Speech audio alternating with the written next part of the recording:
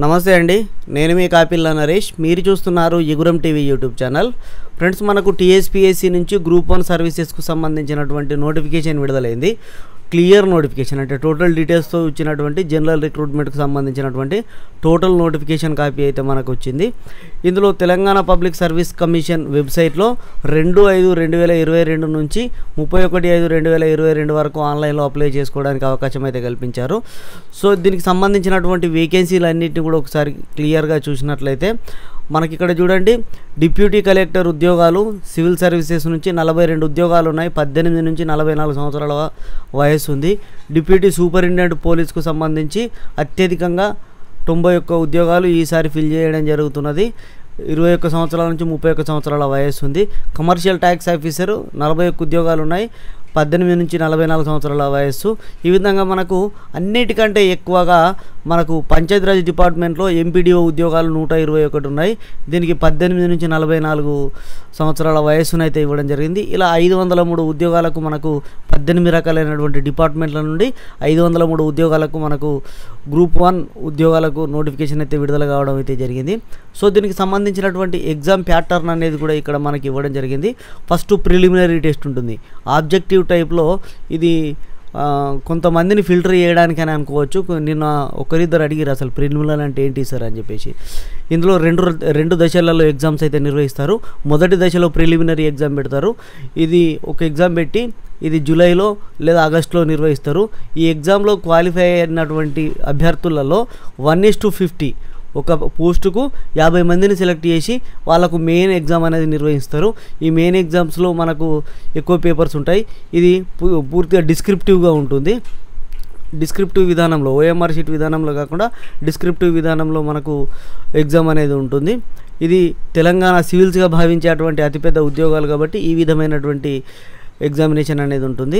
TSPSC official వెబ్సైట్లో మనకు apply చేసుకోవడానికి కావాల్సినటువంటి సర్టిఫికేట్ల వివరాలు కూడా మనకి ఇక్కడ ఇవ్వడం జరిగింది. Applicants are requested to keep soft copy the following documents అని. ఆధార్ కార్డు ఉండాలి. ఎడ్యుకేషనల్ క్వాలిఫికేషన్ను ఇచ్చేటువంటి SSC, intermediate, degree, post graduate వీటికి సంబంధించినటువంటి డీటెయిల్స్ అయితే ఉండాలి మీ దగ్గర. స్టడీ సర్టిఫికేట్ లేదా బోనాఫైడ్ సర్టిఫికేట్ లేదా residency certificate 1st to 7th class వరకు చదువుకున్న వాటిని ఉండాలి.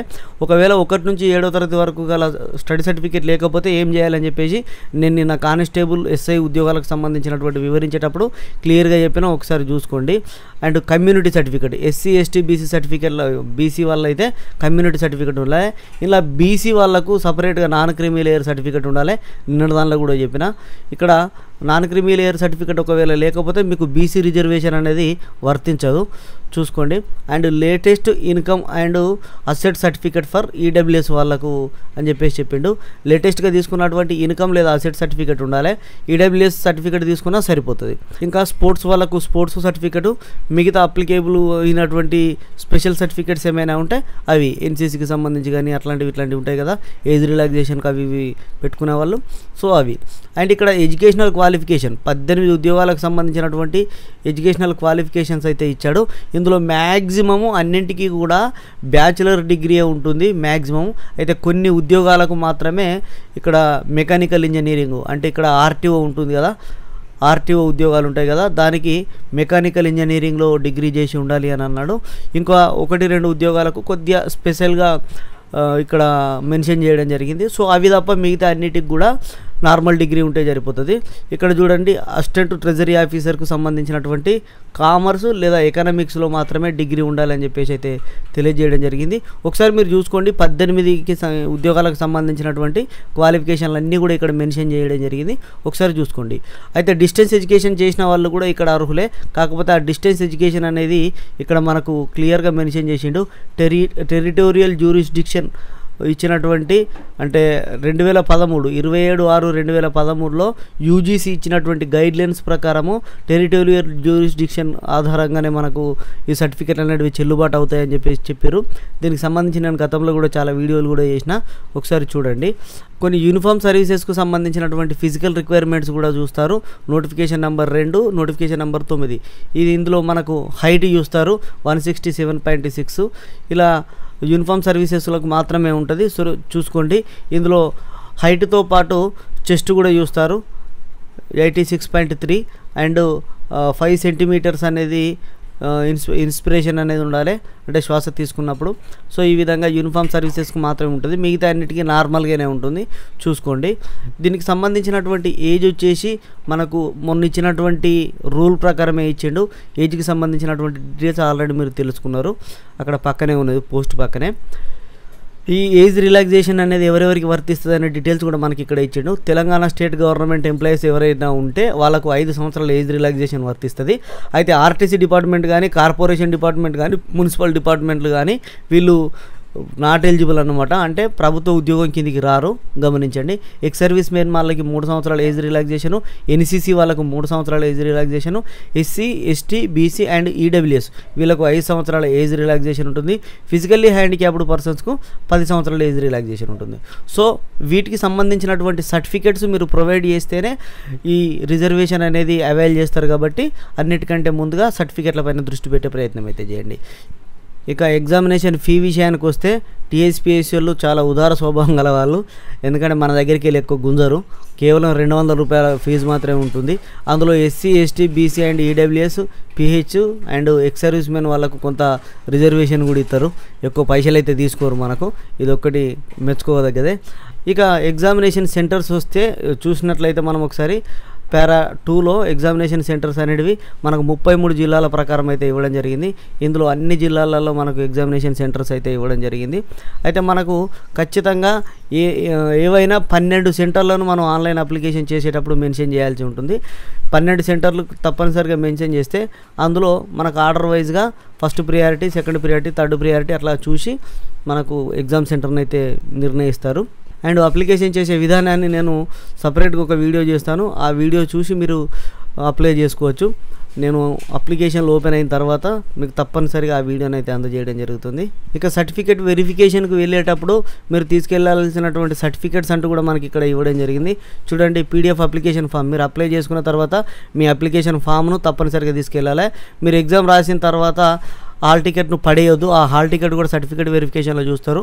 Aadhaar card, proof of educational certificate, SSC లేదా దానికి సమానమైనటువంటి సర్టిఫికేటు, ఎందుకంటే డేట్ ఆఫ్ బర్త్ కోసం, స్కూల్ స్టడీ సర్టిఫికేటు 1వ తరగతి నుంచి 7వ తరగతి వరకు, అండ్ రెసిడెన్సీ సర్టిఫికేటు ఎవరైనా చదువుకోకపోతే not studied in educational institutions అన్నాడు. సో దీనికి సంబంధించినటువంటి పూర్తి క్లారిటీ అయితే ఇస్తాను నెక్స్ట్ వీడియోలో నేను. And declaration by the unemployed, చూడండి ఇక్కడ డిక్లరేషన్ బై ద అన్ఎంప్లాయిడ్, ఎందుకంటే ఈ అన్ఎంప్లాయిడ్ డిక్లరేషన్ అనేది ఇస్తే మనకు పేమెంట్లో ఫీ అనేది కన్సిజన్ అవుతుంది కాబట్టి, సో అది. అండ్ నో అబ్జెక్షన్ సర్టిఫికేటు ఇది గవర్నమెంట్ వాళ్ళకు ఉంటుంది. సర్వీస్ సర్టిఫికేట్ ఇది కూడా గవర్నమెంట్ ఎంప్లాయీస్కి ఉంటుంది. And certificate claim for sports reservation certificate sports వాళ్ళకు, ex servicemen certificate, community certificate అంటే మీ క్యాస్ట్ సర్టిఫికేటు, ఒకవేళ బీసీ వాళ్ళు అయితే నాన్ క్రిమీ లేయర్ సర్టిఫికేట్ అనేది తప్పనిసరి అవసరము. అండ్ ఈడబ్ల్యూఎస్ సర్టిఫికేట్ అవసరము, ఇక్కడ ఈడబ్ల్యూఎస్ వాళ్ళకైతే. ఇలా పిహెచ్సి వాళ్ళైతే పిహెచ్సి సర్టిఫికేటు. అండ్ ఇంకేదైనా సర్టిఫికేట్స్ ఏమైనా ఉంటాయి మీకు ఎన్సీసీకి సంబంధించినటువంటివి కానీ, ఇంకా స్పెషల్ క్యాడెట్స్కి సంబంధించి ఏమైనా ఉంటే అవన్నీ కూడా సర్టిఫికేట్ వెరిఫికేషన్ టైంలో తీసుకెళ్లాల్సి ఉంటుంది. మనం ఆన్లైన్ అప్లికేషన్ చేసే ముందు తప్పనిసరిగా ఓటీఆర్ 1 టైం రిజిస్ట్రేషన్ చేసుకొని 1 టైం రిజిస్ట్రేషన్లో ఈ అంశాలన్నీ పొందుపరిచి 1 టైం రిజిస్ట్రేషన్ తోటే మనం ఆన్లైన్ అప్లికేషన్ చేయాల్సి ఉంటుంది. కాబట్టి అభ్యర్థులందరూ గమనించాలి. ఈ ఉద్యోగాలన్నీ కూడా మల్టీ జోనల్ ఉద్యోగాలు. సో ఈ మల్టీ జోనల్ ఉద్యోగాలలో ఎవరు ఎక్కడ లోకల్ అవుతారు అని చెప్పేసి మనకు లోకల్ ఏరియా కూడా అనేది ఇవ్వడం జరిగింది. లోకల్ రిజర్వేషన్ అనేది ఏ విధంగా ఉంటుంది అని అంటే ప్రెసిడెన్షియల్ ఆర్డర్ 2018 ప్రకారము 1వ తరగతి నుంచి 7వ తరగతి వరకు వరుసగా 4 సంవత్సరాలు ఎక్కడైతే చదువుకుంటారో అక్కడే లోకల్గా పరిగణిస్తారు. ఇక్కడ ప్రెసిడెన్షియల్ ఆర్డర్ 2018 30/8/2018 రోజు వచ్చినటువంటి జియో నంబర్ 124 ప్రకారం మనకు లోకల్ క్యాడర్ని అయితే చూస్తారు. ఇక లోకల్ రిజర్వేషన్ కూడా మనకి ఇక్కడ ఇచ్చిండు. 95% ఓపెన్ కేటగిరీ కింద ఇస్తాడు, అది కూడా జియో నంబర్ 124 ప్రకారమే. ఇక మిగిలిన 5% అనేది ఓపెన్ కేటగిరీలో ఇస్తాడు. అంటే ఓపెన్ కేటగిరీలో నాకు తెలిసి చాలా తక్కువ సంఖ్యలో ఉద్యోగాలు ఉంటాయి, ఉన్న ఉద్యోగాలే తక్కువ కాబట్టి 2 మల్టీ జోన్లు కాబట్టి చాలా తక్కువగా ఉంటాయి. ఎవరికి వాళ్ళు సొంత జోన్లోనే ఉద్యోగాలు సాధించే విధంగా ప్రిపేర్ అయితే బాగుంటుంది. ఇక్కడ జోన్లలో చూడండి, మల్టీ జోన్ 1లో ఉండేటువంటి జిల్లాల వివరాలు కూడా ఇచ్చిండు, మల్టీ జోన్ 2లో ఉండేటువంటి జిల్లాల వివరాలు ఇచ్చిండు. మీ జిల్లా ఏ మల్టీ జోన్లో ఉందో ఒకసారి చూసుకోండి, మల్టీ జోన్ 1లో ఉందా, మల్టీ జోన్ 2లో ఉందా. అయితే ఇక్కడ మల్టీ జోన్ 1లో ఉన్న వాళ్ళు మల్టీ జోన్ 1 కోసం అప్లై చేయండి, 2లో ఉన్న వాళ్ళు 2 కోసం అప్లై చేయండి. ఎందుకంటే 5% మాత్రమే ఓపెన్ కాబట్టి వేరే జోన్లోకి వెళ్తే అసలు మీరు ఉద్యోగం సాధించలేనటువంటి పరిస్థితి ఉంటుంది. ఇక్కడ ప్యాటర్న్ ఆఫ్ ఎగ్జామినేషన్ అంటూ మనకు క్లియర్గా ఇవ్వడం జరిగింది. జియో నంబర్ MS 55 ప్రకారము జనరల్ అడ్మినిస్ట్రేషన్ ఇచ్చినటువంటి 55 జియో ప్రకారమే మనకు ఎగ్జామినేషన్ ప్యాటర్న్ అనేది ఇస్తారని చెప్పారు. అయితే నిన్నటి రోజున మనకు జియో నంబర్ 55ని రిలీజ్ చేసిరు. జియో నంబర్ 55 ప్రకారం మనకు గ్రూప్ 1, గ్రూప్ 2, గ్రూప్ 3, గ్రూప్ 4 ఉద్యోగాలకు అండ్ కొన్ని గెజిటెడ్ సంబంధించిన ఉద్యోగాలకు, కొన్ని నాన్ గెజిటెడ్ సంబంధించిన ఉద్యోగాలకు సంబంధించి ఏ విధమైనటువంటి ఎగ్జామ్ ప్యాటర్ను అండ్ ఏ విధమైనటువంటి మెలకువలు పాటించాలి, దానికి సిలబస్ ఏంటి అని చెప్పేసి జియో నంబర్ 55 ప్రకారం విడుదల చేశారు కదా. సో ఆ జియోనే ఇక్కడ మెన్షన్ చేయడం జరిగింది. దాని ప్రకారమే ఇస్తారట. ఇక్కడ ఎగ్జామ్ ప్యాటర్న్కు సంబంధించినటువంటి డీటెయిల్స్ అయితే ఇచ్చిండు అండ్ క్వాలిఫైయింగ్ మార్క్స్ కూడా ఇక్కడ ఇవ్వడం జరిగింది. మెయిన్స్లో 40% మార్కులు మనకు తప్పనిసరిగా రావాలని చెప్పేసి చెప్పిండు. ఇందులో SC ST BCలకు కూడా సపరేట్గా ఇచ్చిండు. 35% మార్కులు ఫర్ BC అండ్ 30% మార్కులు ఫర్ SC ST PHC వాళ్ళకు రిజర్వేషన్గా కూడా ఇవ్వడం జరిగింది. ఇవి మినిమం మార్కులు. మెయిన్స్లో మినిమం మార్కులు వస్తే సరిపోదు, టాప్ మార్కులు వస్తేనే ఉద్యోగం వస్తుంది. జస్ట్ అట్లా ఇవ్వడం జరిగింది. ఇక మనకు అనెక్సర్ 1లో గ్రూప్ 1 సర్వీసెస్కు సంబంధించినటువంటి బ్రేకప్ వేకెన్సీస్ అయితే మనకు ప్రొవైడ్ చేయడం జరిగింది. బ్రేకప్ వేకెన్సీస్ అంటే మనకు మల్టీ జోన్ 1లో ఏ ఉద్యోగాలు ఎన్ని ఉన్నాయి, మల్టీ జోన్ 2లో ఏ ఉద్యోగాలు ఎన్ని ఉన్నాయి. ఫర్ ఎగ్జాంపుల్ డిప్యూటీ కలెక్టర్ ఉద్యోగాలు మల్టీ జోన్ 1లో, మళ్ళీ కేటగిరీ వైజ్గా ఓపెన్ కేటగిరీలో EWSలో BCA, BCB, BCC, BCD, BCE, SC ST PH ఇలా టోటల్గా ఎన్ని ఉన్నాయి.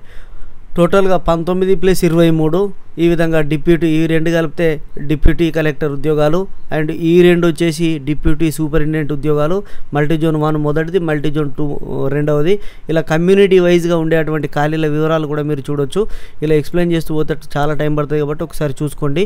మొత్తం 18 ఉద్యోగాలు కాబట్టి 18 రకాలైనటువంటి ఉద్యోగాలు కాబట్టి 18 రకాలైనటువంటి ఉద్యోగాలలో 503 ఉద్యోగాలకు సంబంధించినటువంటి టోటల్ డీటెయిల్స్ అయితే మనకు బ్రేకప్ వేకెన్సీస్ అయితే ఇవ్వడం జరిగింది. అండ్ ముఖ్యంగా ఇక్కడ చూడండి ఎగ్జామినేషన్ అనేది ఏ విధంగా ఉంటుందనే ప్యాటర్న్ కూడా మనకు క్లియర్గా మెన్షన్ చేసిండు. దీన్ని ఒకసారి చూద్దాం మనం. ఇక్కడ గ్రూప్ 1 సర్వీసెస్కు సంబంధించినటువంటి డిగ్రీ స్టాండర్డ్లో ఉండేటువంటి ఎగ్జామ్ అనేది నిర్వహిస్తామన్నట్టుగా చెప్పిండు. ఇక్కడ చూడండి ఫస్ట్ ప్రిలిమినరీ టెస్ట్. దీన్ని చాలామంది అడిగిండు అసలు ప్రిలిమ్స్ అంటే ఏంటి సార్ అని.